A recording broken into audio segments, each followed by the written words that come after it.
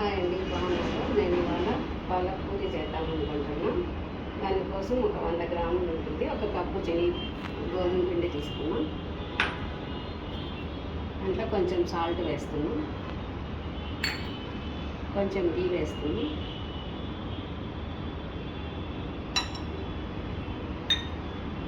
ఇవన్నీ ఇలా కలిపేస్తాము. మనం గోధుమ పిండి అవి చపాతీకి ఎలా కలుపుతామో అలా కలిపేసుకుంటే సరిపోతుందండి.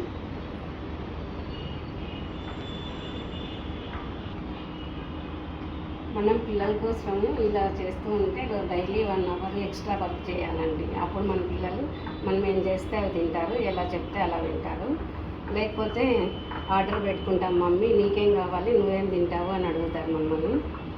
చెడగొట్టేది మనమే మన పిల్లల్ని. అందుకోసం అందరూ నా మాట వినండి. 1 అవర్ ఎక్స్ట్రా మీ పిల్లల కోసం వంటింట్లో ఏదో ఒకటి చేయండి డైలీ.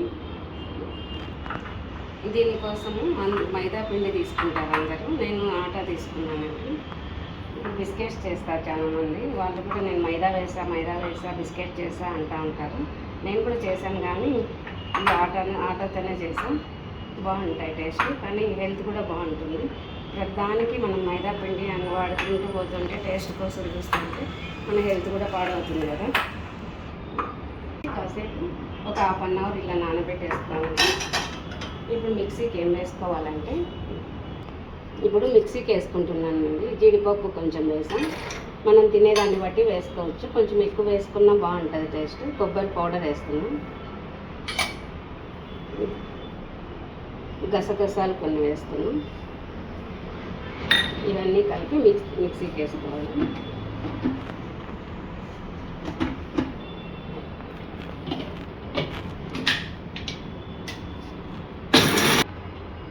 ఇలా పౌడర్ లాగా కొట్టానండి. దీన్ని పక్కన పెట్టుకొని ఇంకా పాలు పెట్టుకుంటున్నా. పాలు పెట్టి చూపిస్తాం. పాలు అన్నాను కదా, పాలు మళ్ళీ వేడి చేస్తా. ఇప్పుడు ఇది బాల్స్ లాగా చేసుకుంటాం. మనం పూరి తీసుకుంటాం కదా, అంత పిండి అవసరం లేదు. చిన్న బాల్ తీసుకోవాలి ఈ సైజులో. అప్పలాల్లాగా మనం రుద్దుకోవాలి. పూరి మందం వస్తుంది కదా, అట్లా లేకుండా అప్పలాల సైజులో చేసుకోవాలి. ఇది ఇలా తీసుకున్నా ఇవన్నీ అప్పలాల సైజు చేసుకోవాలి.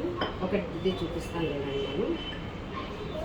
మనం పూరి ఇంకా కొంచెం పెద్ద సైజు తీసుకుంటాం కదా, అలా తీసుకోవద్దు. ఎంత పలుచగా ఉంటే అంత బాగా వస్తాయి.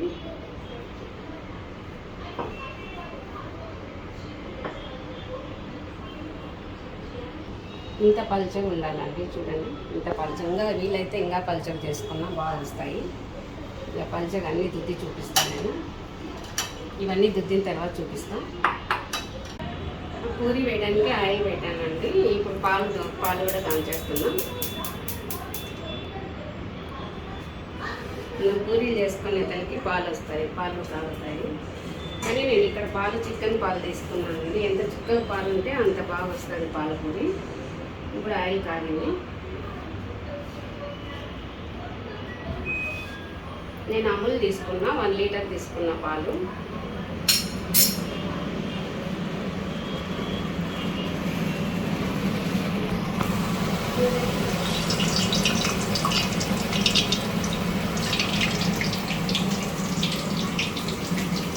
ఇవి అప్పలంలాగా పలుచగా రుద్దుకున్నాను కదండి, అందుకని అలా సౌండ్ వస్తున్నాయి. కలర్ కూడా గోల్డెన్ కలర్లోకి వచ్చాక తీయాలి, అప్పుడే బాగుండేది.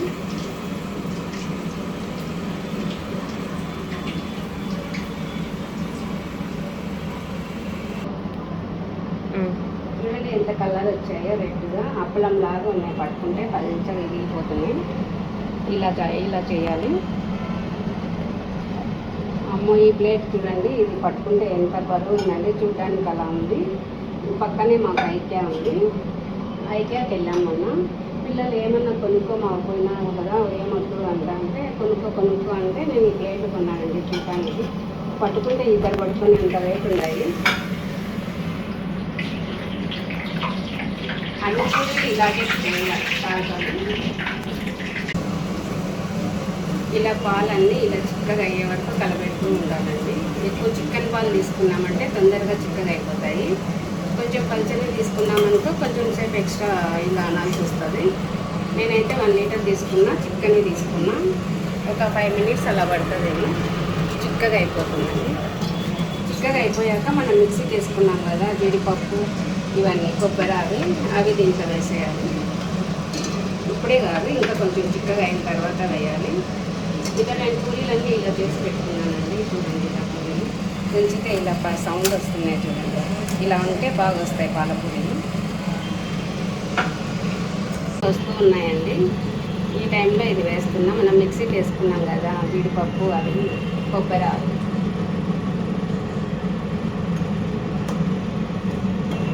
ఈ పౌడర్ వేసాక కొంచెం చిక్కగా వచ్చేస్తుంది. ఇది గుంటలు వచ్చేస్తుంది. పౌడర్ వేసిన తర్వాత బాగా కలబెట్టాలి, లేదంటే అది ఉంటలాగా వచ్చేస్తుంది. జీడిపప్పు ఉంటలాగా వస్తుంది కదా మిక్సీకి వేసినప్పుడు, అది మనం బాగా కలబెట్టాలి. కొంచెంసేపు ఒక 5 మినిట్స్ అట్లా కలబెడితే చిక్కగా అయిపోతుంది. ఈ ఉంటలు అనేది పక్కకి వెళ్ళిపోతాయి. చూడండి ఇప్పుడు ఉంటలు ఉంది కదా, ఒక 2-3 మినిట్స్కి ఈ ఉంటలన్నీ వెళ్ళిపోతాయి. ఇదంతా ఏంటి జీడిపప్పు వేసినాం కదా, అది అలా అయింది. బాగానే కొంచెం దగ్గరికి వచ్చిందండి చిక్కగా. ఇప్పుడు షుగర్ వేస్తున్నాం. నేను బ్రౌన్ షుగర్ వేస్తున్నాను చూడండి. వైట్ షుగర్ వేయొద్దండి, బ్రౌన్ షుగరే వేయండి, బాగా వస్తాయి. మనము ఇంట్లో స్వీట్స్ చేసుకొని తిన్నామంటే, ఒక ఆయిల్ ఫుడ్ తిన్నామంటే లావు అయిపోతారు వద్దు అంటారు కదా. బయట బేకరీలో వాటిల్లో కొనేదానికన్నా మనం ఇంట్లో చేసుకొని తింటే ఏమంత లావు అవ్వమండి. ఎందుకంటే ఆయిల్ ఇప్పుడు గానెల దగ్గరికి పోయి ఆయిల్ తెచ్చుకుంటాము, బెల్లము అవి చూసి తీసుకుంటాము, ఇంట్లో మంచిగా చేస్తాము. బేకరీలో ఏమో స్మెల్ బాగుంటుంది, అన్ని టేస్ట్ బాగుంటుంది, కానీ వాళ్ళు వేసే ఆయిల్ స్వీట్లు ఎప్పుడెప్పుడుగా ఉంటాయి కదా, దానివల్ల లావు అవుతారే కానీ ఇంట్లో తిన్నాయి లావేం కాదు. ఇంట్లో చేసుకోవచ్చు, మనం ఎక్స్ట్రా తినచ్చు. తిన్న తర్వాత లావు అవుతామేమో అని తినకుండా ఏమి ఉండాల్సిన అవసరం లేదు. డైలీ కూడా తినచ్చు స్వీట్స్ మనము, కానీ మనం వేసేదాన్ని బట్టి. ఇప్పుడు షుగర్ వేస్తున్నాము, వైట్ షుగర్ వేసుకోకుండా ఇది వాడాలి. బెల్లము గానెగటే వేస్తాను నేను. ఆయిల్ కూడా నేను మిషన్ దగ్గర తీసుకువచ్చి కొట్టిస్తా. అలాంటివి వాడినామంటే మనం ఏమైనా తినచ్చు, ఏం లాభమని. కొంచెం సాల్ట్ కూడా వేస్తున్నా లాస్ట్లో, కొంచెం టేస్ట్ వేరే వస్తుంది. సాల్ట్ వేసిన తర్వాత టేస్ట్ వేరే ఉంటుంది, వేయకుండా ఒట్టి షుగర్ వేసిన టేస్ట్ వేరే ఉంటుంది. ఇంకా అయిపోయింది.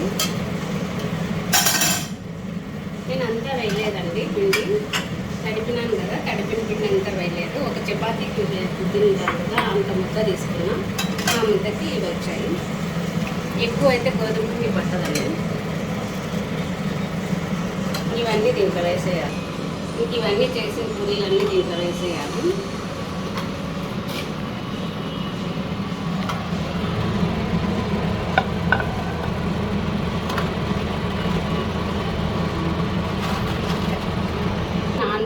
నేను అన్నీ ఒకేసారి నానవని ఇలా చేస్తున్నాను. దీంట్లో మనం అసలు గీ వేయలేదు, గమనించారా మీరు? గీ అసలు వేయలేదండి నేను, ఓన్లీ షుగరు, పాలు.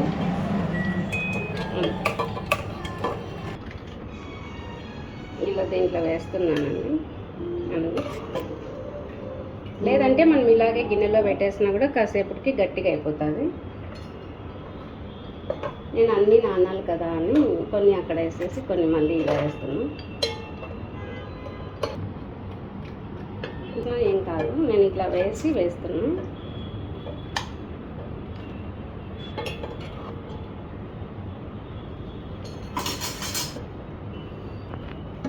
దానిపైన పాలన్నీ వేసేస్తే పాలల్లో నానేస్తుంది. నానిన తర్వాత ఒక 20 మినిట్స్ చూస్తే చాలా బాగా కనిపిస్తుంది. ఇప్పుడు కొంచెం పలచగా కనిపిస్తుంది.